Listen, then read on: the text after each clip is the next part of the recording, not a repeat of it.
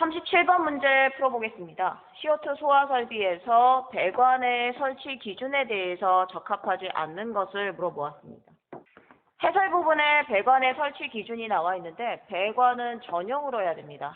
전용이라는 것은 한 가지 용도로만 사용한다는 것이고 반대말은 뭘까요? 겸용이겠죠. 겸용으로 사용하면 안 된다라고 기억하시면 됩니다. 설치 기준표는 자주 출제되는 것이기 때문에 별 3개 표시하시고 표를 보도록 하겠습니다. 구분해 보시면은 강관인 경우, 동관인 경우가 있습니다. 강관인 경우에는 압력 배관용 탄소 강관을 쓰는데 고압식과 저압식의 경우 고압은 스케줄 80 이상의 것을 사용합니다. 이때 스케줄이라는 것은 뒤에 공을 뺀 8메가파스칼까지의 압력에 견딜 수 있다는 뜻이고 저압식의 경우에는 스케줄 40 이상의 것이라는 것은 공을 뺀 나머지 4메가파스칼 압력에 견딜 수 있다. 이렇게 여러분들이 이해하시면 됩니다. 고압식의 경우 단 배관 구경이 20mm 이하인 경우 작은 경우를 의미하겠죠. 이때는 스케줄이 40 이상이어도 된다. 라는 기준이 있습니다. 따라서 여러분들이 80이 있고 예외 조건에 단 20mm 이하인 경우에는 스케줄 40이다. 저압의 경우에는 스케줄 40이다. 이렇게 기억하시면 됩니다. 동관의 경우에는 이음이 없는 동이나 동합금관을 쓰는데 고압과 저압식의 압력을 여러분들이 기억하시면 됩니다. 고압의 경우에는 16.5메가파스칼 이상의 압력에 견딜 수 있어야 되고 저압은 3.75메가파스칼 이상의 압력에 견딜 수 있어야 합니다. 따라서 여러분들이 165, 375를 기억하시면 되고 위에가 고압, 아래가 저압이죠. 16.5가 고압이면 저압의 경우에는 3 뒤에 점이 있어야지 고압보다 작은 값이 되겠죠. 따라서 3.75이다. 이렇게 기억하시면 됩니다. 165, 375. 배관 부속의 경우에는 작년 8월에 법이 개정되었습니다. 앞에 고압식의 경우 1차와 2차가 있는데 1차 측의 압력이 훨씬 높겠죠. 1차 측의 경우에는 개폐 밸브 또는 선택 밸브 이전의 배관이라고 보시면 됩니다. 여기에 배관 부속은 최소 사용 설계 압력은 9.5메가파스칼로 할 것이라고 해서 9.5메가파스칼 기억하시면 되고 2차 측의 경우에는 사용 설계 압력이 4.5메가파스칼입니다. 따라서 여러분들이 9, 4.5, 9.5, 4.5 이렇게 기억하시면 됩니다. 1번을 보시면 배관은 전용이다. 한 가지 용도로 사용한다. 맞죠? 강관을 사용하는 경우 압력 배관용 탄소 강관을 사용한다라고 했고 기본 스케줄 값은 80이었습니다. 저압의 경우에는 얼마였죠? 그렇죠. 40이었고 호칭 구경이 20mm 이하인 경우에는 얼마였습니까? 20입니까? 아니죠. 40 이상인 것을 사용한다라고 했습니다. 답은 3번. 4번 배관 부속을 보시면 2차 측 같은 경우는 4.5라고 했고 1차 측은 훨씬 높았죠. 9.5메가파스칼 이상의 것을 사용한다라고 했습니다.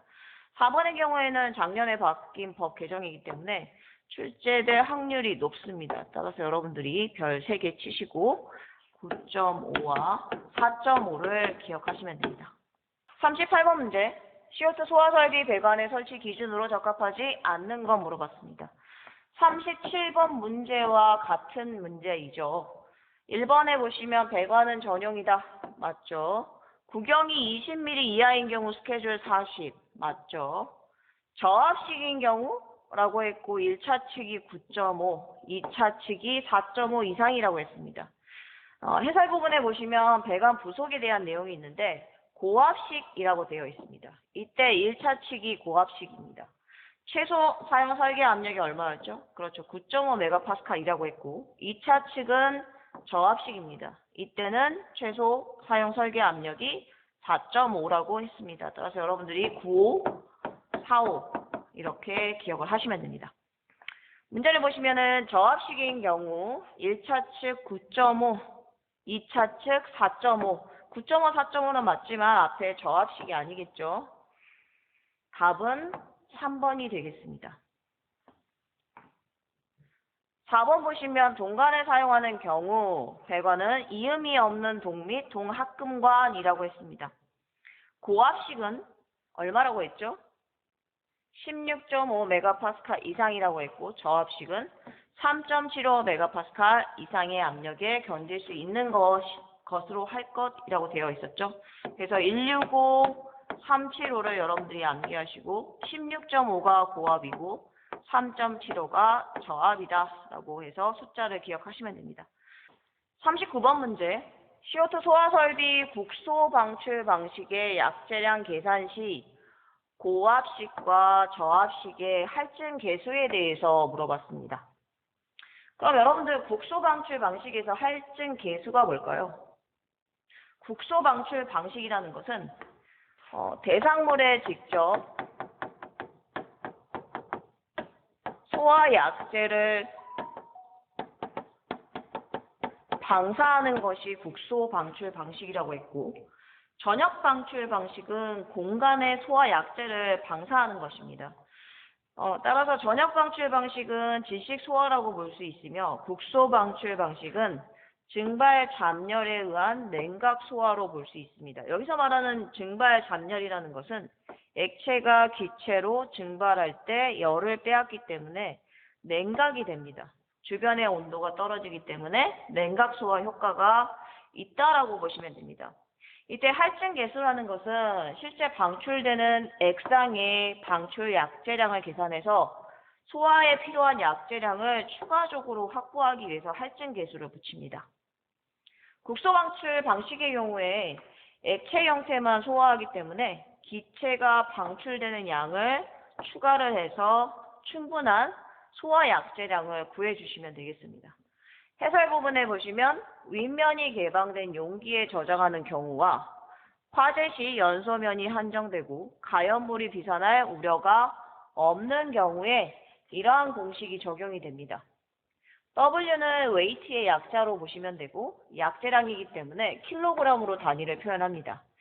여기는 면적에다가 A가 면적이라고 했습니다. 따라서 A는 방호 대상물의 표면적이라고 보시면 되고, 왜냐하면 물체에다가 소화 약재를 방사하기 때문에 소화 약재가 닿는 표면이 있겠죠. 따라서 방호 대상물의 표면적에다가 얼마를 곱하냐면 표면적 기준 면적에 13kg씩 필요합니다. 따라서 13kg per 미터의 제곱을 곱합니다. 그럼 미터의 제곱이 사라지기 때문에 약재량을 구할 수 있겠죠.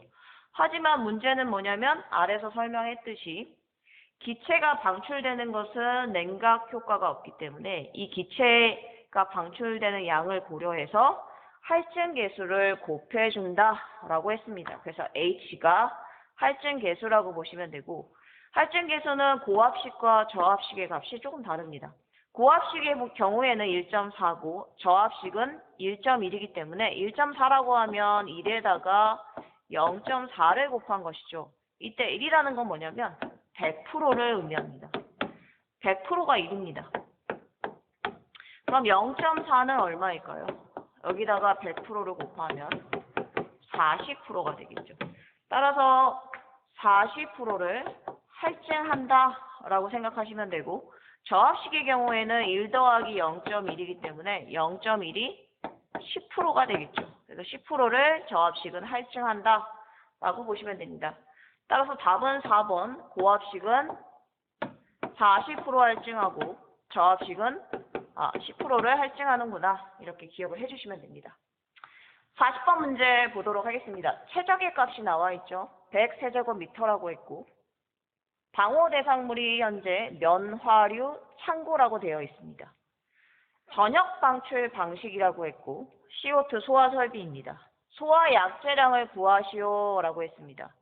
개구부 면적이 10제곱미터가 주어져 있고 자동 폐쇄 장치가 있다라고 했습니다. 그럼 자동으로 폐쇄되기 때문에 개구부 쪽으로 손실이 발생하지 않습니다. 즉 개구부 면적은 고려하지 않는다.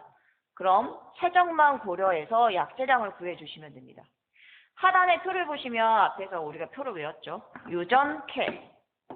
이 경우에는 일산이라고 했죠. 유전캐는 일산에서 50% 할인 받아서 얼마에 샀다? 10원에 샀다. 이렇게 외우라고 했죠. 이때 일산은 1.3이 되겠습니다. 55세제곱미터 미만 요요 전기라고 했죠. 요요 전기는 인류이다. 인류 제품이죠. 1.6이라고 했고 마찬가지 50% 할인받아서 10원에 샀다. 12 개구부 가산량이 되겠습니다. 서전 목박은 얼마였죠? 그쵸. 2가 됩니다. 최적당 2kg의 소화 약재가 필요하고 설계 농도는 65%라고 했습니다. 마지막 고무류 모피 창고, 집진 설비, 석탄 창고, 면화류 창고, 고모 집성면. 이 경우에는 뭐라고 했죠? 2치료, 27, 치료, 치료, 2치료, 치료. 그래서 이를 치료한다. 이렇게 여러분들이 기억을 좀 해주시면 되겠습니다. 좀 억지스럽긴 하지만 2치료, 치료. 이렇게 여러분들이 기억하시면 아마 숫자가 생각이 나실 것 같아요. 이때 고무집성면의 면이 바로 면화류 창고가 되겠죠. 이때는 2.7이 되겠죠. 따라서 W, 소화 약재량은 최적에다가 알파를 곱하는데 최적이 문제에서 100이라고 했습니다. 100세제곱미터. 알파는 2.7이죠. 2.7. 킬로그램인데 단위 최적당 2.7kg의 약재가 필요하다. 어떤 경우? 면, 화류, 창고인 경우에는 이렇게 여러분들 표를 기억을 해서 2.7을 찾으셔야 됩니다. 개구부는 고려하지 않아도 되겠죠. 왜냐하면 자동 폐쇄 장치가 부착되어 있기 때문에 개구부 쪽으로 손실이 없다라고 보시면 됩니다.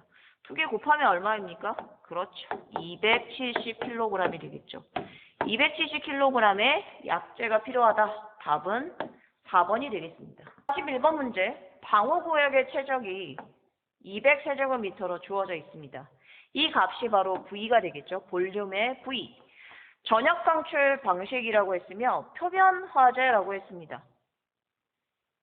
자동 폐쇄 장치가 부착되어 있지 아니한이라고 했으니까 개구부를 고려를 꼭 해야 되겠죠.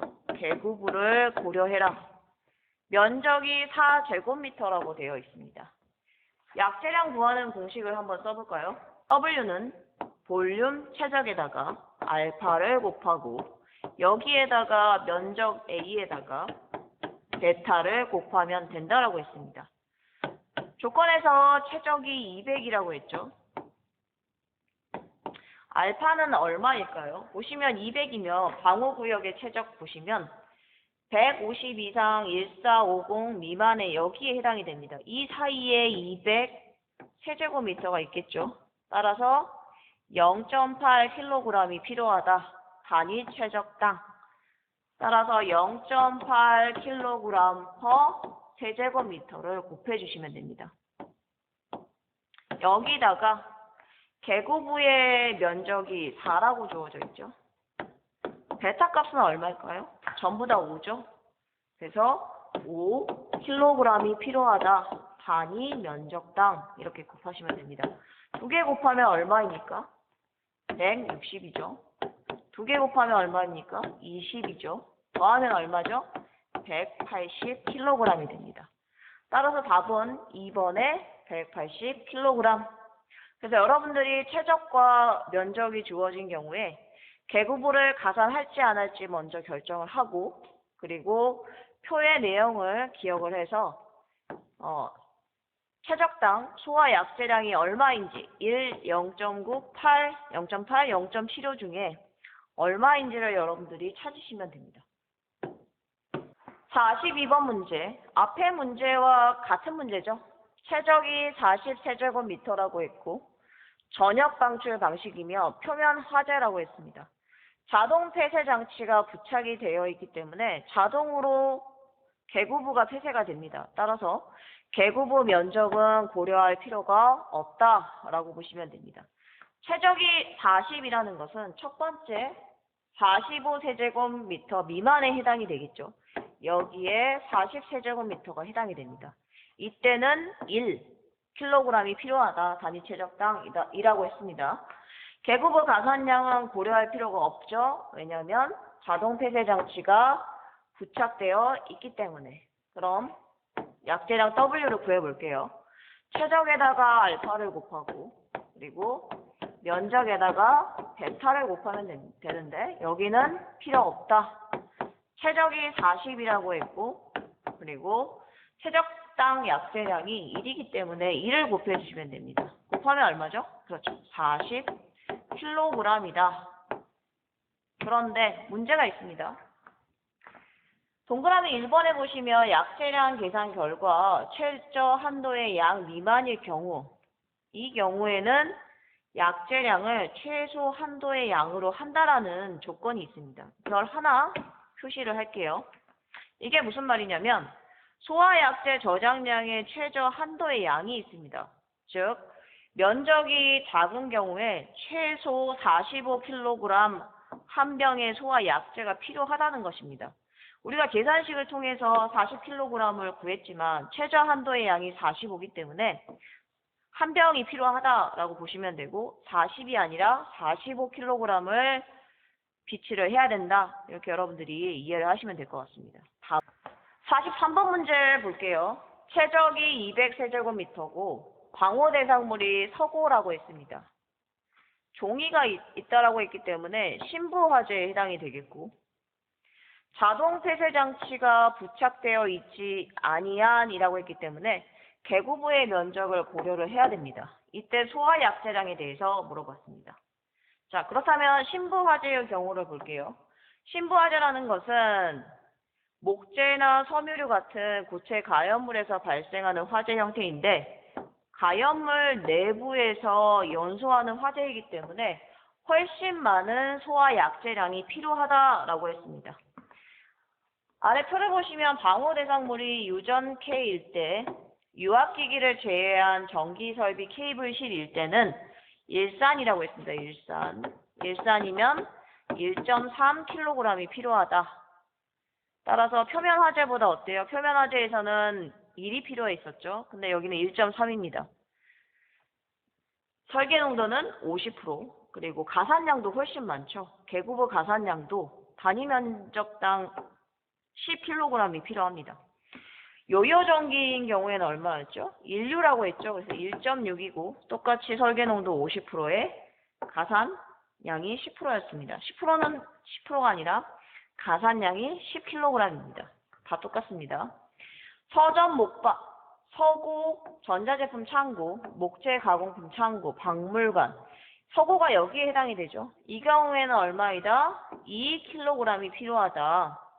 이때 설계 농도는 65%이다 라고 했습니다. 고무 집성면은 얼마였죠? 2.7이었고 75%였습니다. 외우실 때는 276 치료 이렇게 여러분들이 기억을 하시면 될 것 같아요. 자, 문제를 풀어보겠습니다.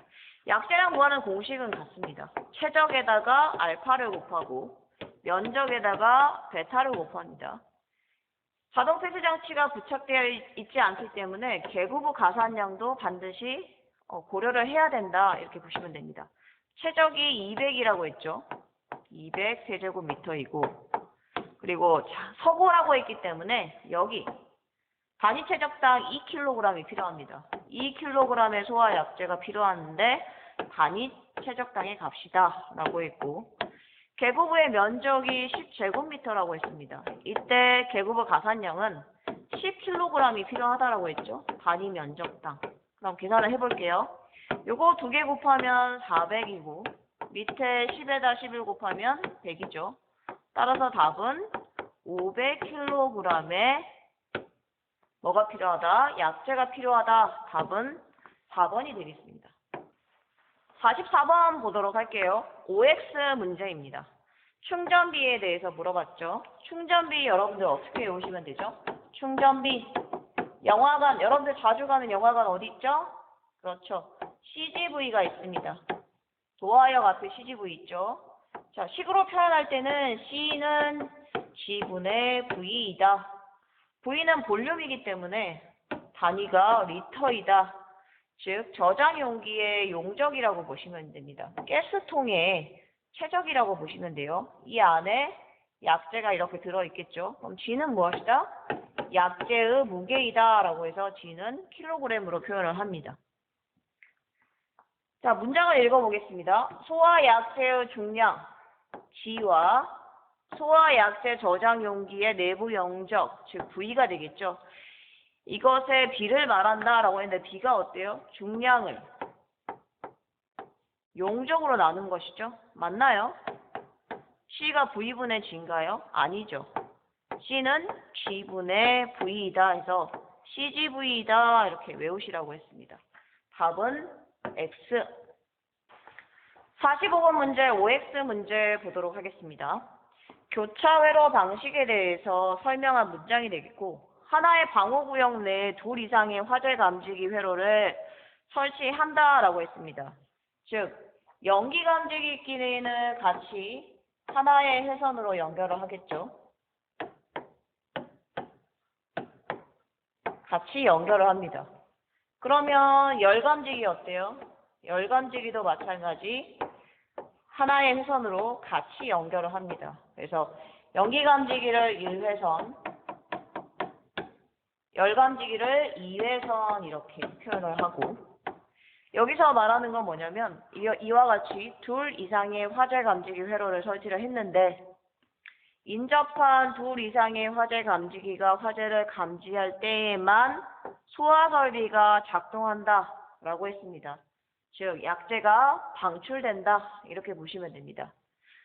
자, 그러면은 이게 무슨 말이냐면 열감지기 첫 번째 열감지기가 작동이 됐습니다. 작동이 됐고 그리고 그 옆에 있는 감지기가 작동이 됐습니다. 연기 감지기가. 이때 소화 설비가 작동할까요? 아니죠. 1회선만 작동했기 때문에 둘 이상의 화재 감지기가 작동한 걸로 인지하지 않습니다.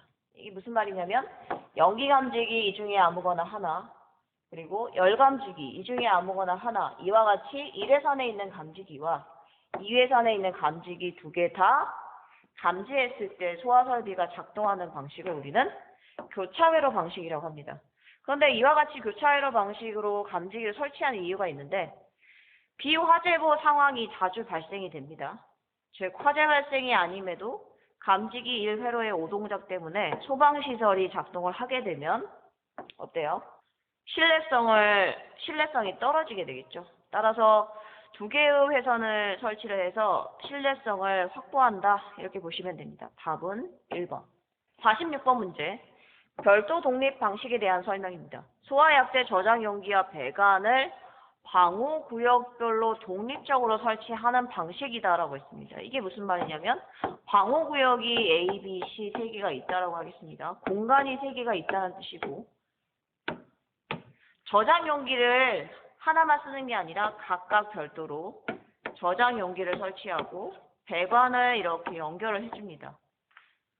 하나로 쓰는 경우는 뭐냐면 하나의 창고에 저장 용기를 한꺼번에 설치를 하고 이거를 어떻게 연결합니까? A, B, C와 이렇게 연결을 하게 되면 당연히 배관의 길이가 길어지기 때문에 마찰 손실이 늘어나겠고 방호구역에 신속하게 도달하지 못해서 10초 이내로 방사를 완료할 수도 없고 설계 농도에 도달하기도 어렵겠죠. 따라서 이렇게 설치하는 것이 아니라 방호구역별로 용기와 배관을 따로따로 설치해서 배관이 길어짐에 따른 마찰 손실을 줄일 수 있고 방호구역에 신속하게 도달이 되며 10초 이내로 방사를 완료할 수 있기 때문에 설계 농도에 빠르게 도달할 수 있다는 장점이 있습니다. 이를 우리는 별도 독립 방식이라고 한다라고 했기 때문에 답은 5가 되겠습니다. 47번 문제. 활론 소화 설비의 종류와 분자식에 대해서 물어봤습니다. 그럼 여러분들 분자식 외우기 쉽지 않죠? 활론 같은 경우는 이렇게 외우시면 됩니다. 탄불, 염불. 탄불, 염불이다. 탄은 탄소고 불은 불소, 플로르라고 생각하시면 됩니다. 염은 염소, CL이고 불은 브롬입니다. BR이 됩니다. 그리고 할론 1211이라는 것은 각각의 개수라고 보시면 됩니다. 즉 탄소는 1개, 불소는 2개, 염소 1개, 브롬이 1개입니다. 1개의 경우에는 표시하지 않아도 되죠. 이미 이렇게 있기 때문에 표시하지 않아도 됩니다. 따라서 CF2ClBr 이런 형태를 우리는 할론 1211이라고 합니다. 그럼 문제를 풀어볼게요. 1211이니까 여러분들 숫자만 보시면 돼요. 하나, 2개, 하나 맞죠? 디귿과 연결. 130 하나는 하나, 3개. 공은 염소가 없다는 뜻이죠. 브롬은 1개 있습니다. 니온과 연결을 하고 2402는 탄소가 2, 4, 0, 염소는 없고 브롬이 2개 있다. 그래서 기억과 이렇게 연결해 주시면 됩니다. 따라서 여러분들이 산불, 연불 이렇게 암기를 해주시면 되겠습니다. 18번 문제, 할론 소화 설비의 종류에 따른 충전비를 올바르게 연결하시오 라고 되어 있습니다. 여러분들이 앞으로 할론을 외우실 때는 이 순서대로 외우시면 됩니다. 할론 12, 11, 13, 01, 그리고 24, 02. 할론 1211 같은 경우는 충전비가 0.7에서 1.4입니다. 보시면은 2에서 3으로 커졌죠? 커졌기 때문에 여기에다가 플러스 0.2를 하면 됩니다. 자, 여기다 0.2 더하면 0.9. 여기다 0.2 더하면 1.6이 되겠죠. 따라서 1301은 0.9 이상 1.6 이하이다. 1302는 자주 출제되기 때문에 반드시 암기 해주시기 바랍니다. 2402는 어떻게 외우시면 되냐면 스토리를 한번 만들어 볼게요. 이사한 지 5일이 됐습니다. 그런데 6, 7층을 보니까 아까 이 치료 했었죠? 이 치료하는 치과가 있었습니다. 그래서 여러분들이 0.51 외우시고 그리고 0.67 외우시고 0.67 한 번 더 쓸게요. 그리고 이 치료 2.75 이렇게 쓰시면 됩니다. 따라서 2402 같은 경우는 어때요? 가압식의 경우에는 0.51 이상 0.67 미만이며 추가압식은 훨씬 추가압이 되어 있기 때문에 저장을 해놔야 되기 때문에 가압식보다는 훨씬 크다라고 해서 0.67 이상 2.75 이하이다. 여러분들이 외우실 때는 이사한 지 5일이 됐는데 6, 7층에 가보니 이 치료하는 치과가 있었다. 이렇게 문장으로 좀 기억을 하면 좋을 것 같아요. 자, 문제 풀어보겠습니다. 12 하나는 0.7에서 1.4라고 했고 130 하나는 2에서 3으로 커졌죠? 여기다가 플러스 0.2를 해라 라고 했죠. 따라서 0.9에서 1.6이 되겠고 2402 같은 경우는 5일이 지났는데 6, 7층에 뭐가 있다? 이 치료하는 치과가 있었다. 이렇게 해서 여러분들이 기억과 연결을 해주시면 되겠습니다.